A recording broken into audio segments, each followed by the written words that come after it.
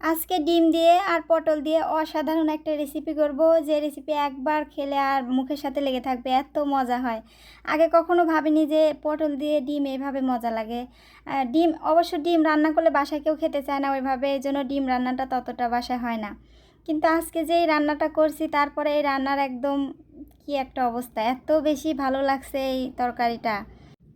তো পটলগুলো এভাবে চাকু দিয়ে ছুলে নিচ্ছি, সবগুলো ছুলে তারপরে পটলের গায়ে একটু যে হালকা হালকা একটু দিয়ে কেটে নিব, যেন যখন ভাজি করব তখন এর ভিতরে সব কিছু নুন লবণ তেল ভালো করে ঢুকে, আর দেখতেও সুন্দর লাগবে যখন ভাজি করব। ভাজি করার পর রান্না করার পর অবশ্য আরও বেশি ভালো লাগছিল। তারপর এখানে একটা রসুন নিয়ে তারপর জিরা দিয়ে এমনি যে মশলা রান্না করার মধ্যে এমনি গরম মশলা টশলা সব মাংসের মধ্যে যে মশলাটা দিয়ে লাগে ওই সব ধরনের মশলা দিয়ে ভালো করে বেটে নিছি।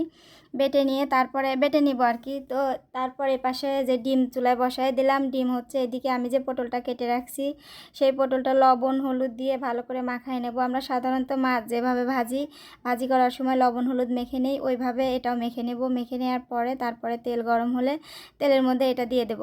তো এদিকে আমার ডিম সেদ্ধ হয়ে গেছে, ছুলে নিচে এই পাশে। পরে যে চুলায় কড়াই বসায় দিলাম, এখন পটলগুলো ভেজে নেব। একবার আপনারা শুধু এই রান্নাটা বাসায় ট্রাই করে দেখবেন, এত মজা হয়, অন্য কোনো তরকারি আর তখন ভালো লাগবে না একদিন রান্না করলে। আর পটল এমনি ভাজি করা বা অনেকভাবে কেটে রান্না করা, অনেক কিছু দিয়ে মাছ দিয়ে রান্না করে খাই, কিন্তু এইভাবে যে খেতে এত মজা লাগে এটা আগে বুঝি নাই। তো পটলগুলো হালকা একটু ভেজে নিলাম, বেশি কড়া করে ভাজার প্রয়োজন নাই, একটু কোনো মতো একটু লাল লাল হালকা হলেই হয়ে যাবে। তারপরে ডিমগুলো দিয়ে একটু হলুদ দিয়ে তারপরে ভেজে নিলাম। তো পটল ভাজেছিলাম ওইখানে তো লবণ ছিল, সেই জন্য লবণ এক্সট্রাভাবে দিই নাই। তো মাখানো হয়ে ভাজা হয়ে গেছে, ভাজার পরে এগুলো উঠায় নেব, ডিমগুলো উঠায় নিয়ে তারপর এখন যে মশলাটা বেটে রাখছিলাম ওই মশলা সব কিছু পেঁয়াজ মরিচ রসুন যত মশলা আছে সব বেটে রাখছিলাম ওইটা দিয়ে একটু ভালো করে নেড়ে চেড়ে দিব। তারপর একটু পানি দিয়ে দিলাম, পানি দেওয়ার পরে হলুদ লবণ তারপর গুঁড়ো মরিচ এগুলো যা আর কি মশলা আছে সেগুলো দিয়ে ভালো করে আরেকটু কষাই নেব। তো এই মশলাটা কষানোই মেনে, এখানে একটু ভালো করে কষাইতে হবে। তেজপাতা আর গরম মশলা দিয়ে দিলাম। তো কষাতে কষাতে একটু হয়ে গেলে তারপরে যে ভেজে রাখা পটল দিয়ে আলু দিয়ে এগুলো দিয়ে আবার এখন নেড়ে চেড়ে নেবো। এখানে কষানোটাই মেন হচ্ছে, ভালো করে এপাশ ওপাশ দিয়ে কষাই নেবো যেন মশলাগুলো যে মশলাটা কষাইছি এগুলো পটল তারপরে ডিমের ভিতরে ভালো করে ঢুকে।